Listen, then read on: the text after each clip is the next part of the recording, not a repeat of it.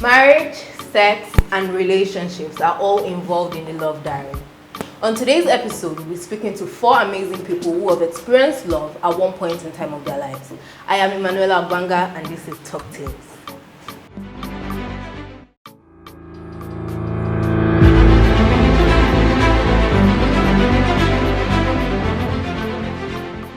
Hi guys, welcome to TALKTALES. Today we have 4 amazing guests with us, and I would like them to tell us about themselves. So, to my left we have TinuAde, a beautician and a musician. Wisdom Osondu, real estate consultant. Segun, Phillips, I'm a technology strategist. Debra, Isuh, a fashion designer. It's nice to have all of you here with us Thank today. Pleasure. So let's dive into the discussion for today. Today we're talking about love and everything associated with love. So first things first, people say love is not enough. You hear people in their relationship, they will say love is not enough, love is not enough, they need more, they need more. What does that love is not enough? What does it really entail? What does it really mean? Alright, so love is not enough. It's a dicey question. And the reason why I say so essentially is that it depends on why you are going into a relationship in the first place. Are you going there because there is some pressure or some treasure that you've seen in the guy in terms of this guy has a lot of money, right? Once I get married to him or her, I'm made for life. Or are you going there because you were on a journey with this guy or with this lady, right? And you guys got to really know yourselves very deep.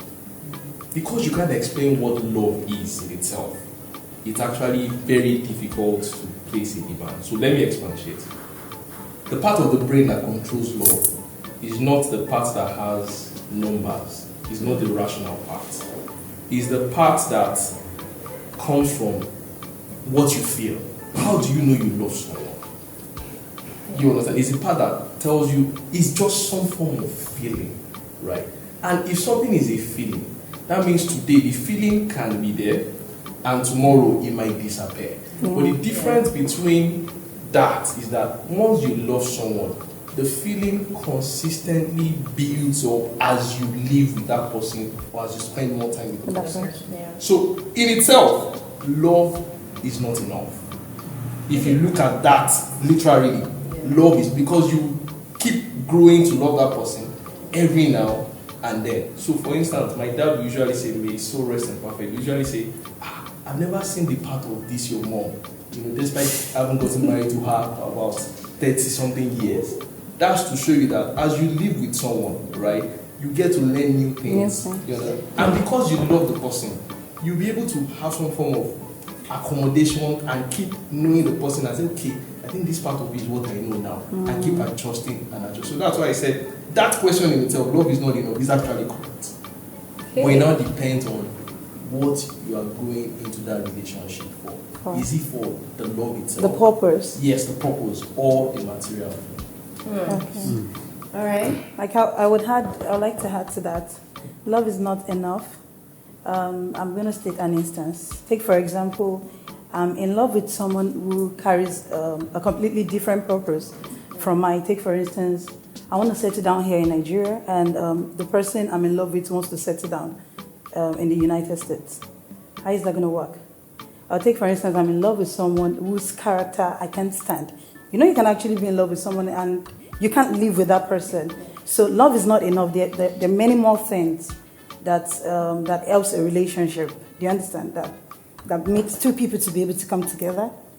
Can 2 work together except they agree? You understand? So love is not, you can be in love with someone completely, someone wrong. You can be in love with the wrong person for wrong reasons. You understand? So that's it for me. Okay. I want to even digress. I mean, love is not enough. We hear this always. People say love is not enough. Okay, if love is not enough in a relationship or in marriage, then what is then enough? Because in 1 Corinthians chapter 13, explain love is kind, love is patient, love is this, love is that, love. then that's the definition of what love we're talking about. The kind of love we are talking about is, so if you bring that kind of, do you have those qualities inside of you as a person? Do your partner has the same kind of love qualities? Then it will help us to define what love is actually is. Because for me, I feel that if love is patient, then I'll have patience. If I have my partner, I'll be patient with her or with him. Yes, I will be patient with her. So if love is kind, I should be kind towards this person. No matter, even if the person is not kind to me. So I should be kind to the person. So for me, if I have that love, that kind of love that in 1 Corinthians chapter 13, which I believe that's the kind of love that should be experienced in marriage, then love actually should be enough. But what is not enough is we individuals not having that qualities of love inside of us. So love itself is enough. But for if any marriage or relation is experiencing anything lesser than that, it's not actually the fault of love. It's a fault of the individual that are not expressing those love towards each other. That's what, for me, that's what I feel that, okay, that's, for me, love is actually, if you have that love, it should be enough. Okay. So can we not say it depends on the context? Okay. Yes, I was going to say that. Yeah, it actually depends on the context. Okay. So love is not enough. It depends on the context in which that is being specific. Like love is not enough for me to get married to you because there are some things I can't put up maybe, with. Maybe she didn't have, yes. explaining more for that, for us to understand, okay, this is the area. Yes. Like the dimension you're saying. Yes, like relationship. Being in love with someone is not enough for me to get married to you or be in a relationship with you. The question is extended to this now. Okay. Then we're able to, okay. I think you're also right. The yes. context in which you experience yes, it is. It's also right. He's right. Yeah. Yes. Okay. So I think she also wants to say something. Just to add to what he said, love, yes, but the thing is, I think we need to keep foiling it. Like you need to keep working on it. Commitment. Yes, I love you. It's just like when you buy a car, you love this car, you bought it. The car won't take care of itself. You have to take care of the car, check the fuel, the oil, warm it every morning, things like that. So you need to keep pouring into that person. You need to keep doing something to spice it up, like virtually every day. Had to eat every day. Don't just because I love this person, then you marry the person, and then you're just with the person every day. And before you know, the whole thing just. So you need to keep adding to it, spicing it up from time to time. Like, oh, you were chasing her before you got married to her. And now you have her, you just put her in the house. You don't chase her anymore. You don't take her out anymore. You don't say those nice things you say to her anymore. Because it's just little things that spice things up. So that's the area I would like to talk about for me. okay. So how can a woman let a man know that she's interested in him without seeming desperate? How do you make a man know that, oh, I like you without seeming desperate? Or you guys are already in a relationship and all, and you want it to progress, and you're seeing that, okay, things are not moving as fast as you want it to as a woman. Okay. Firstly, I would say, your number one question. You like someone and you want to express it, if I'm correct. Yes. And you don't want to look desperate as a woman, especially because we're Africans. Yes. We are blacks, and they've taught us that is a man that would walk up to a woman, not a woman, but not a woman walking up to a man. But then, I honestly don't see any reason why I would like someone and I would not be able to express myself. But then, there are certain things that we need to look into. I like someone, for example, I'm not married. I need to be sure that he's not in a relationship so that I don't be an intruder. Yes. I need to be sure that he's the kind of person I like you. I also, because you can like someone, move closer to that person, and then you start like, oh, this was what I'm expecting. Yeah. So if I'm convinced that, okay, this person is single, I like you, I'm not going to walk up to you and tell you, please come and date me. I like you. You know, I can walk up to you and I can approach you and tell you, I've been noticing you, I like you. Can we be friends? That's fine. That's civilized. There's nothing wrong with that. Yes, and that doesn't mean I'm desperate, because for every relationship there has to be a purpose. You have to state it out. What are we doing? So if eventually you guys are going to go into a relationship, that doesn't mean the guy is going to take you for granted. You understand? Yes. So because you're going to state it, this is why I'm in a relationship with this person. So I don't think a woman should be afraid to express herself. Tell a man, I'm going to use myself as an example. My husband, when he used to pursue me, then let me use that word. I would wake up in the morning every weekend, because he works here on the island and I used to live on the mainland. And then I would wake up in the morning, it's 6 a.m. and outside my door, once I open the door, he's the first person I would see. Early in the morning, he would just sit down with his iPad, he would be pressed. I'm like, this guy.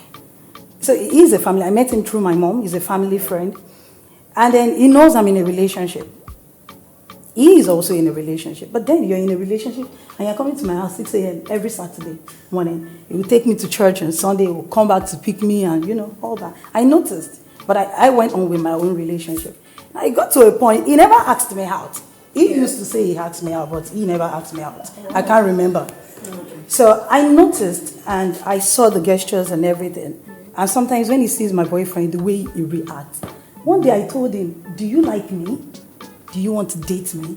Why are you always infuriated? Why are you so,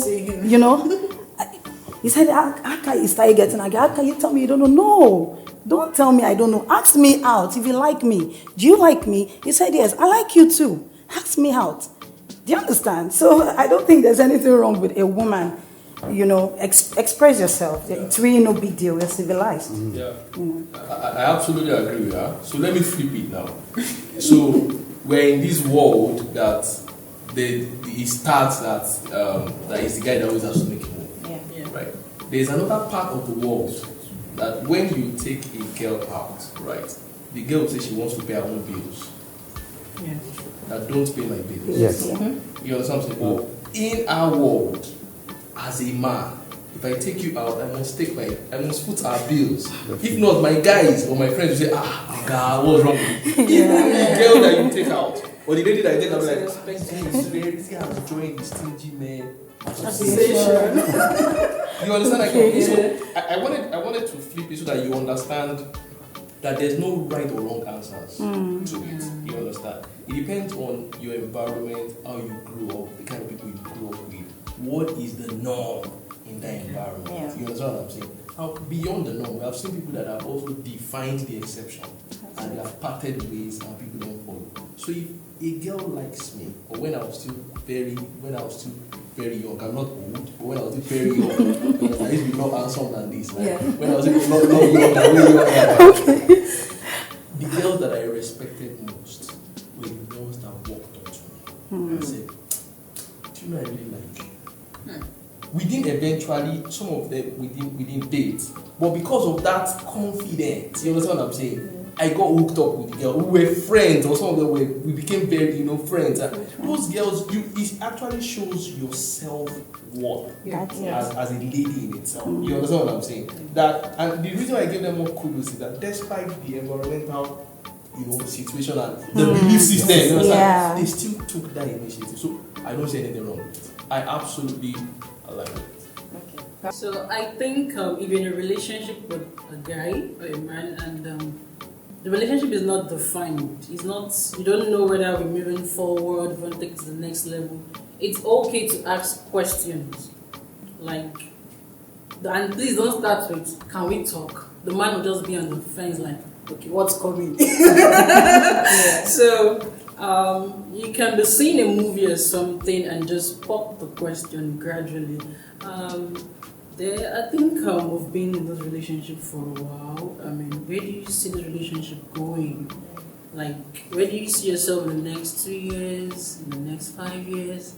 So you will know if you're in this plan or not. It will tell you, like, okay, this is what I want to do, this is where I see myself, and stuff like that. So you would know where you belong in the whole picture. If he has you in his plan, you would know, he would tell you. So if you're not in the picture, you know he's not thinking long term with you. So you can now tell him in a peaceful way that this is what I want and this is what you want. So we can just end this thing amicably and become friends. And if you want us to be friends, just end it in a peaceful way, because you would see and meet again in the future, so you can see and still be, hi, how you doing? Not because if you end it in a very, very Rough, no.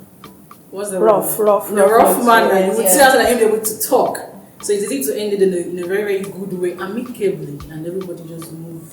So when you're asking those questions, you know if you're in the picture, and a man knows what he wants, and he will tell you, oh, I just want you for the game, I just want you for this or for that. They know what they want from the beginning when they are chasing you.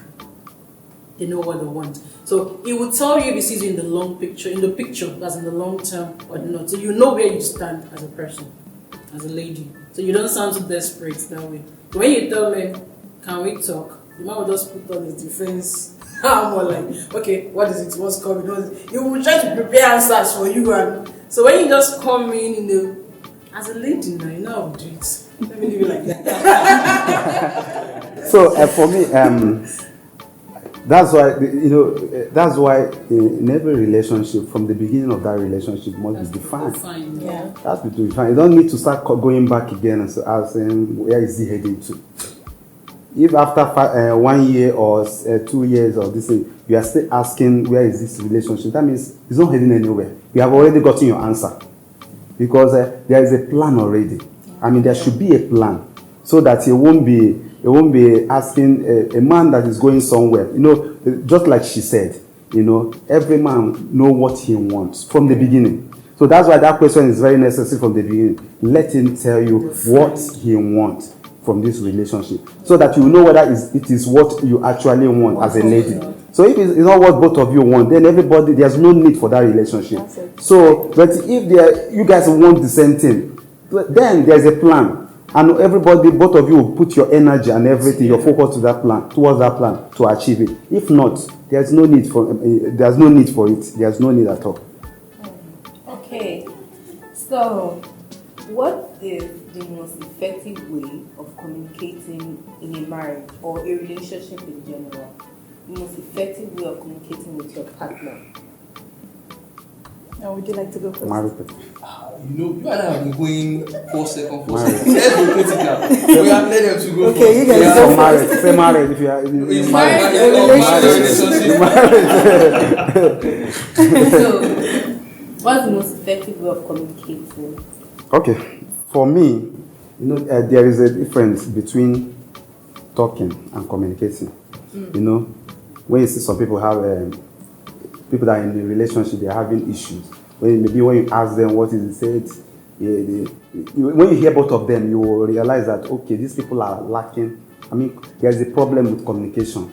But you will see the lady or the guy saying that we have been talking since we entered into this relationship. We have been talking. I mean, I say yes, that's the reason you guys have been talking, but you have not been communicating. So there's a difference between talking and communicating. So in a relationship, communication is I'm expressing for you to understand what I'm saying. Okay. Talking. Some people have already made up their mind before they even come to you. They have already. I mean, what they are saying is the finality. They are not even trying to get a response from you. So a communication is an interaction between two people. So I'm telling you what happened, and I expect you to give me a response. At the end of the day, there is a balance or an understanding to move the thing forward.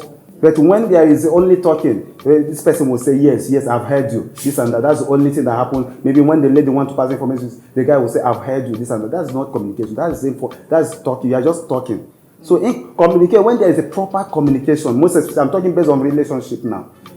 I'm speaking based on my own relationship with my fiancé. So we communicate. She's not here in Lagos, but we communicate. It looks as if she's here in Lagos. Because why? Because we have that understanding of proper communication, understanding what we want to achieve. When I'm talking to her, I know that okay, this is what I want. I'm getting towards to, and she will ask me her questions. We'll be able to, resolve it and be able to come to a conclusion. So if not, there's no communication. We are talking. We are just talking.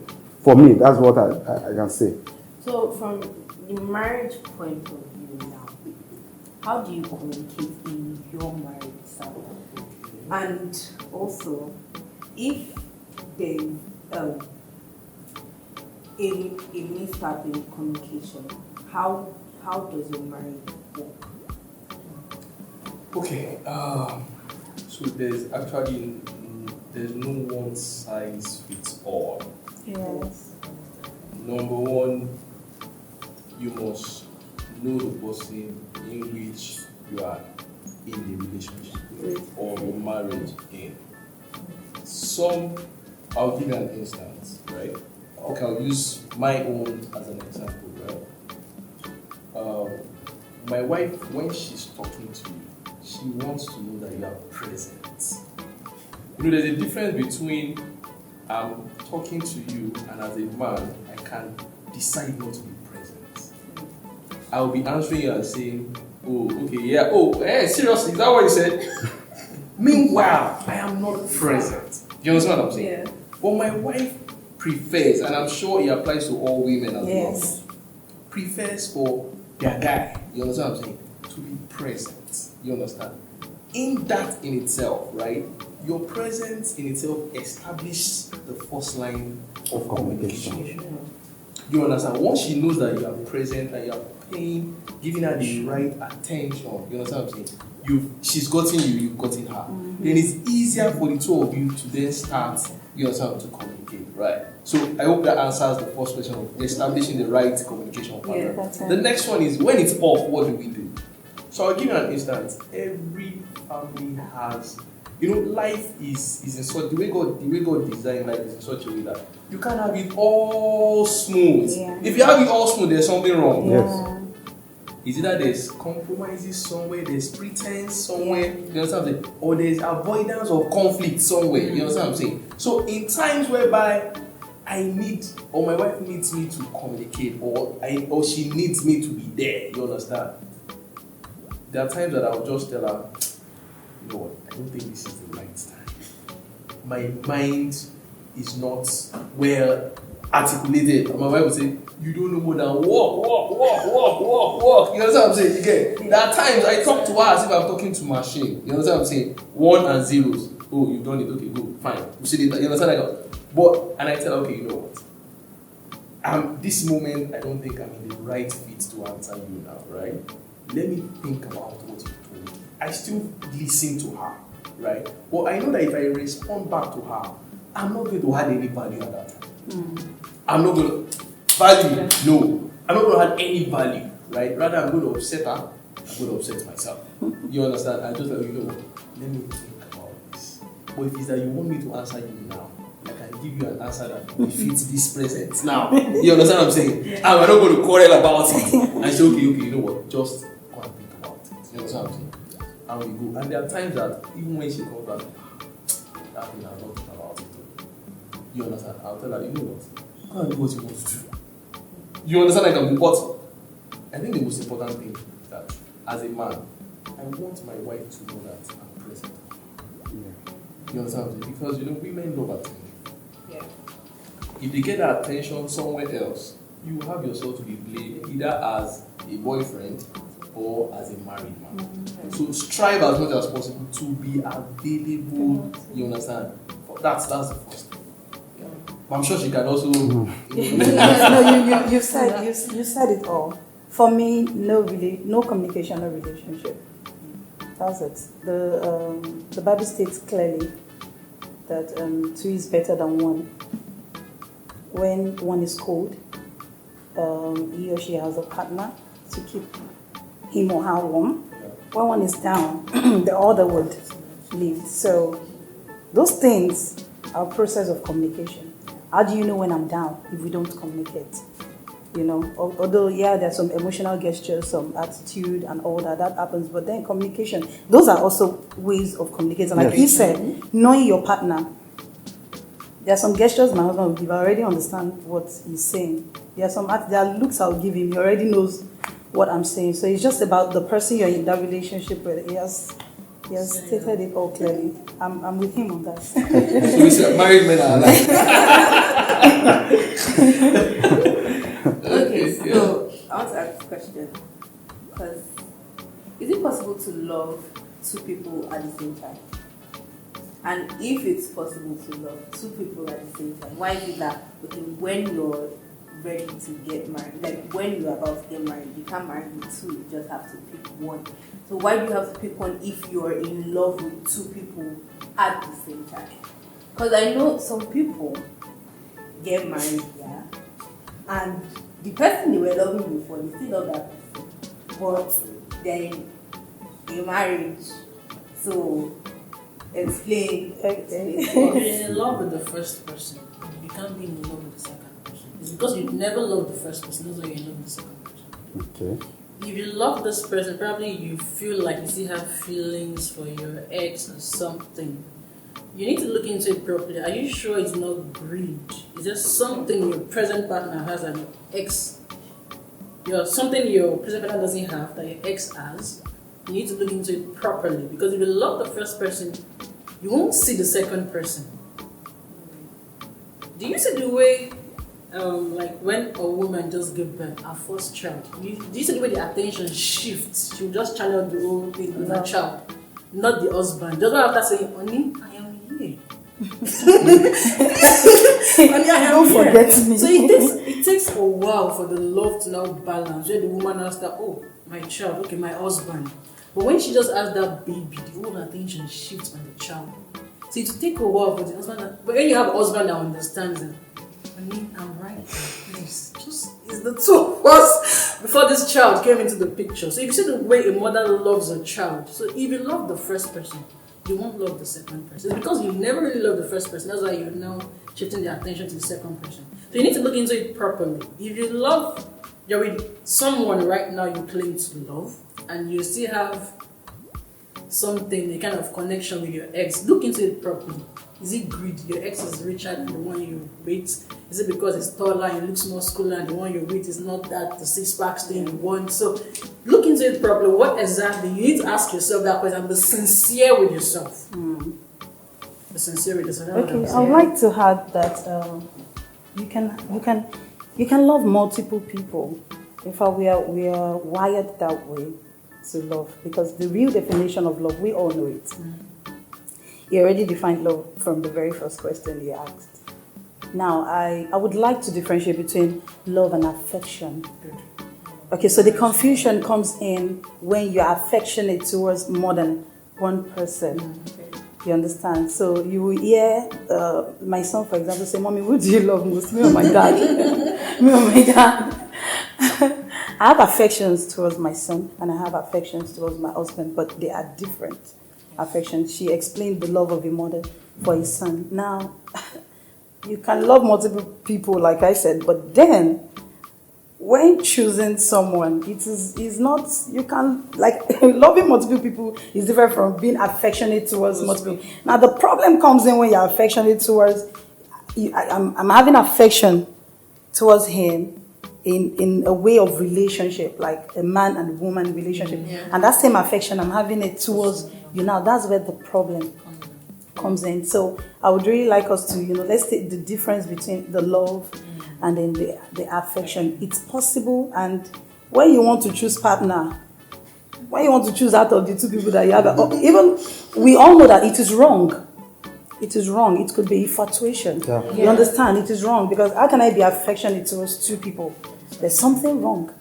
I used to say, the part of the world where I came from, I grew up in the midst of a lot of women, and I heard them talk a lot about men, and when they talk, the anger and everything, like men are cheats. This one is, how can it be with multiple ladies? Can you imagine? Some men, they would date their girlfriend's friend outside, and they'll be professing love. I love. Seriously, if you have the opportunity to meet a guy that will be open to you, he will tell you that I love the three of them. Yes, because he doesn't understand what love is. He will tell you he loves the three of them. So then, growing up, I used to feel, okay, if this is a man's brain, the brain is supposed to be, the brain is supposed to be positioned here. When it shifts a little, something happens. That is how I see it. I'm like, so I would always tell people when they, but starting, why are men like that? I say, see, this is the brain. When it shifts, something happens. Everything won't be balanced again. So such a person, there's something wrong. Such a man or woman needs to check you need to check yourself. What is wrong with me? You understand? That's my take. So let me just add to what she said. Everything starts with the foundation, right? Before you love somebody else, you must first of all love yourself. Yes, What definition is that love? You understand what I'm saying? So So it is how you define that love. It's upon that foundation that you're going to begin to profess that love. You understand what I'm saying? And I'll give you this illustration, right? You see a guy that is growing up, right? And I want us to be very practical, right? Because our environment has a way of affecting us. Yes. Yeah. You understand? And that's why the Bible says you must constantly renew your mind. Because, the exterior has a way of just bashing things up and you soaking it in. You understand? So you grow up in the midst of guys that had 2 to 3 women. That's what they've been marrying all their lives. You understand? Your uncles, even your own father. You understand what I'm saying? Is going to take some form of mind shift for you to know that way itself is very wrong. To say what qualifies you as a man is that you must at least have 3 women in your house, and all your lineage, your grandfather, your great grandfather, your uncles, you understand what I'm saying? All of them, 3 women, 4, 5, you understand what I'm saying? Anybody that tells you that I only want to stick to one, I only love one woman, be like there's something is wrong. You understand what I'm saying? So that's why I come from that the foundation matters a lot. It is out of what you have defined love to be, you understand, that you can always express it. So if your foundation for defining love itself is faulty, you would profess love to the whole world. You understand what I'm saying? Yes. But if it is upon the right foundation, Yes. you understand what I'm saying? It is upon the foundation of one wife, one woman, right? Upon the foundation of I must be able to situate my love with my wife, with my children, you understand what I'm saying? With my friends, you understand what I'm saying? And put them in the respective areas in line with what you believe in. You understand what I'm saying? Right? You will find it, you'll be able to express it in the right way. In the right way. That's Okay. what I'm- So let's go on a quick break. We'll be right back.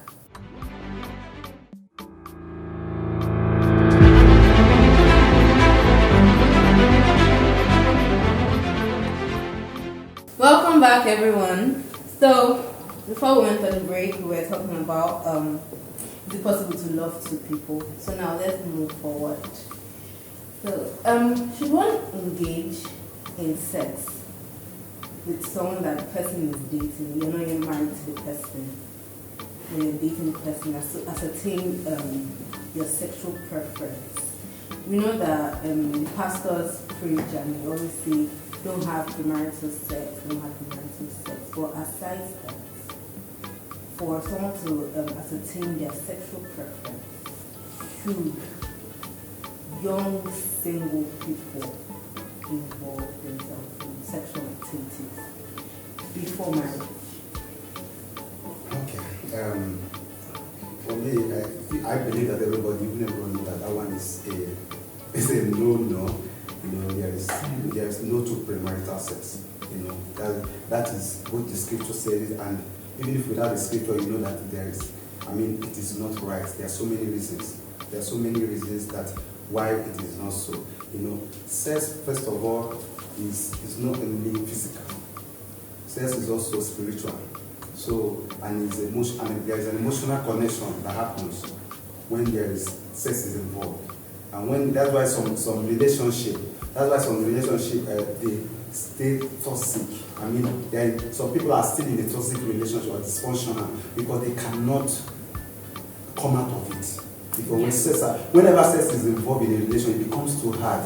It becomes very difficult for somebody to come out of it, even when things are going bad. So that's why there is a physical damage and also a spiritual dimension that things happen. Yes, I know that so many people say there is nothing like that. I've slept with so many girls, they are still married another person. In as much as it is not, first of all, it is scripturally is not good. Yeah. It's in the Bible, God condemns it, so it's a sin. Period. And secondly, why it is not, because normally I have heard some people, young people, say that they call it sexual compatibility. You know whether they are sexual compatible. You know whether they are sexual compatible. I say, what is that? There's nothing like that. The sexual compatible to be compatible.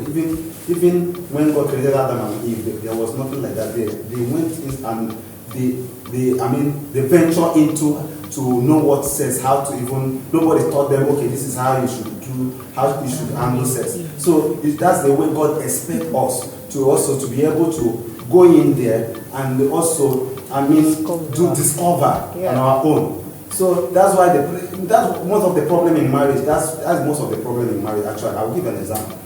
That a guy has PhD in sex as a young person. You know, he has a PhD. Why the lady he wants to marry is at O level. O level. Then they'll get married. The guy will be vibrating on the PhD level while the lady is still on the O level. So, and it becomes an issue. The lady say, "You want to kill me? What is this?" You know, the lady has not experienced this. He said, "What are you doing?" It becomes an issue. The lady will go and report to the pastor and say, "This guy wants to kill me. You can't stay here." So that's the danger of sex before marriage. Yeah. So we should go in there. Going to discover any kind of discover it, so that both of you have the proper understanding of the way I can sexually satisfy my spouse. Yeah. Not that somebody has an experience about for this thing. coming to experiment somebody that is a novice that doesn't even know anything. So it's very dangerous. So there are so many reasons, but the main reason is that it is a sin. So God is against it. So that is my point. Can you ask the question again? Should one involve themselves in sexual activities before marriage so as to ascertain, like you said, their sexual preference? That word sexual preference, I really don't understand the definition. Sexual preference. Is that a sexual compatibility? The standards. Sexual standards. Yes. Is that what that That's what it is. Okay. Alright, so I think you have said most of it. And I agree with you absolutely. Right? But I also want to have that everything in life is a journey, right? Both who you are today, who you will be tomorrow, right? Who you will be when you get old, right? But there are certain things that shouldn't change. Your principles, your values. Yeah. What are those things? Those things shouldn't change, irrespective of whatever sexual appetite you have. You understand? Principles such as respect, right? You know, principles such as integrity and things like that. Because at the end of the day, those are the things that matter most, right? Yes, you might have a PhD before sex, right? We have also seen people that didn't have PhD before sex, right? Before marriage. Sorry, before marriage. Yeah, thank you. Before marriage, and at the end of the day, the major issue in their marriage is sex. You understand what I'm saying? So I think the most important thing is for the people that are involved, the couples, right, to have an understanding of their sexual appetite. You understand what I'm saying? And how they can both nourish themselves. You understand? You know, our appetites are quite different. I might be very on the PhD level. You might be on the low level. We must have an understanding to say, okay, you know what, on this journey, I want to get you to the PhD level. And this is how we are going to do it. And the wife on the other part, right, should not be scared to experiment, right? Or you see some ladies, they will like certain things that be like, if I start to manifest now, my husband will say, so this woman don't spoil, you understand what I'm saying? But you know, it shouldn't be the case, right? You should walk yourself through. So I moved away from premarital sex because I've answered that. But I'm not in the marriage part because sex causes a lot of issues if it is not properly discussed and agreed upon. You know, you find out if you do a survey, the number one thing that is scattering marriage, you understand what I'm saying, is sex. In my opinion, let me qualify that, in my opinion, because of the things that I keep hearing. You understand? By the time they find out, you find out that it's either the wife is stabbing the husband or the husband is stabbing the wife. You understand what I'm saying? And when you do those things, all other things that are not meant to bring them apart, begin to manifest. Because in the place of knowing your wife, let me put it that way, or having cordial, knowing your wife, right? There are certain things that you free up. You understand? You have some form of intimate conversations. Even after the two of you, I'll be like, so where did you keep all these things before? You understand that kind of thing? So that's the area that I just want to look at it from. Yeah. All right.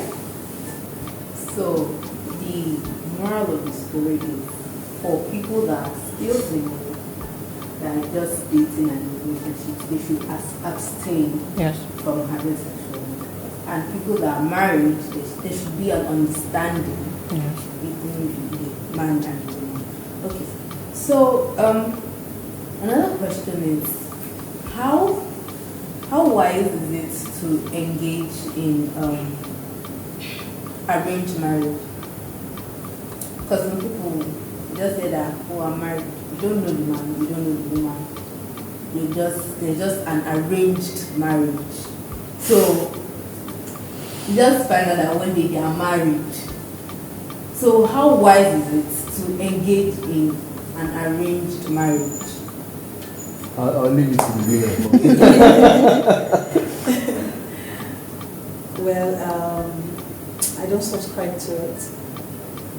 And if a marriage is going to be arranged, at least can you give them time to decide if they want to be with each other?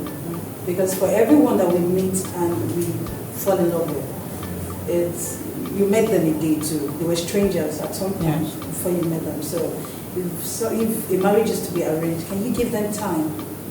Not that I don't know you, you don't know me, and they just bring us together and I take the ring. No. Some people don't have. They don't give some people that time. Let me say two families now to merge their business or something like that. Two different families to expand one's business. The empire. Yes, they just say, my son will get married to your daughter, and these two different people are in different relationships already. And you now it's not wrong business. No, you have to no, really, seriously. That's why he said define it. Let me know what I'm getting into. Okay, so hello, Mr. We're getting married because of our father's business. You understand? So is it the certificate that we need? Though we know that yes, is it the certificate that we need to help the business grow? What are we doing? And I don't subscribe to it. Absolutely, I don't. It's a no for me. So because it's my life. It's my. So if I want to do business, let me know if you're doing business. What are we doing? And we all know that that's very unchristian. It can't work for me. Do you want to add something? For me, it's actually a wrong reason to get married. It's a wrong reason to get married. If you're getting married to somebody, any relationship, be it family, friend, there should be a purpose, a goal for that relationship. So you're telling me to get married to this person because of your business, it's a wrong reason to get married. Okay. There's some people that the guy is abroad. Okay. And he's looking for a wife. Okay. Then his sister or family member will say, you will be so good for my brother. You'll be so good for my brother. You're nice. You have a nice character, everything. No, that has a tag. Marry you from Nigeria, then take you over there to live with him. And then you get there to now find out his wife beater, he's a boxer, the thing is, everything still boils down to the person that this is being proposed to. Why are you getting married? Are you fine with it? Is it okay for you? Because for some people it works. For some people it works. So we can't outrightly say this is not good. You understand? So it depends on that person. Do you think it's going to work out for you? Is that what you want? Is that what you want? So just to add to what she has said, right? I also know that we are all speaking like this because of the culture that we grew up in. Right? If you are an Indian, for example, you won't see, of course, you don't see anything wrong because their culture is we must arrange the marriage, whether you like it or not. It's just the new generation that is, revolting and saying, no, that's not it. And I also know some part of the Nigerian society, the upper north, you understand? It also prevalent, yes, they do arrange marriage. So like she says, you understand? it depends on what is working for the society at large. You understand? Mind me, if you go to India and say that I love this person, your parents will think, are you normal? You understand what I'm saying? This is the person that we want you, to get married for. So there's no clear cut, answer to that. Yeah. You understand? So whatever we'll be telling you will be from our own opinion in terms of what we are used to. Exactly. You understand what I'm saying? And that's why I said for her, it's a no-no. If you bring someone from that grew up in India, say, perfect. You understand what I'm saying? Yeah, so that's just it. Okay, we're coming to the end of this segment. Okay. So can we have your final take? Okay, everything God created is good. Sex is good, but in the right context. So premarital sex, no to it. It's just like when you have fire in a container, it keeps you warm, it's easy to cook, easy to do other things, but if it's not contained, it can destroy the whole building. That's the way sex is. So sex is good, but in the right context. So premarital sex, no to it. Okay. Yeah, and to add to that, I would encourage everyone in a relationship, or everyone trying to go into a relationship, that it's always safe to stay away from premarital sex. It will help you think. It will help you not to have too much of emotional attachment. It will help you, make the right decisions. Because the moment sex is involved, you become biased with your thinking. So I would encourage that you stay away from it. It's scripturally wrong. God doesn't like it, and it's also for us. Like I used to tell people, for every commandment that God gives to us, it's only one that is His. And thou shalt love the Lord thy God with all thy heart and thy mind. That's the only one that belongs to you. Every other thing is for us. Every other instructions, go back to it, read it. It's for you, it's for your health, it's for your well-being, it's for your mental well-being, and every other thing that has to do with you. So when instructions come from God, it's for us. It's not for Him. It's to help us. And I pray that God will help us all. Amen. So on this final note, I'll say know what you want from every relationship so that you don't end up in a situationship. Place your priorities, and God is going to help you in everything you do. So thank you guys for coming. Thank you for having Thank us. you so much for coming. It's been a pleasure. So until next time, I remain Emmanuella Obanga, and this is TalkTales.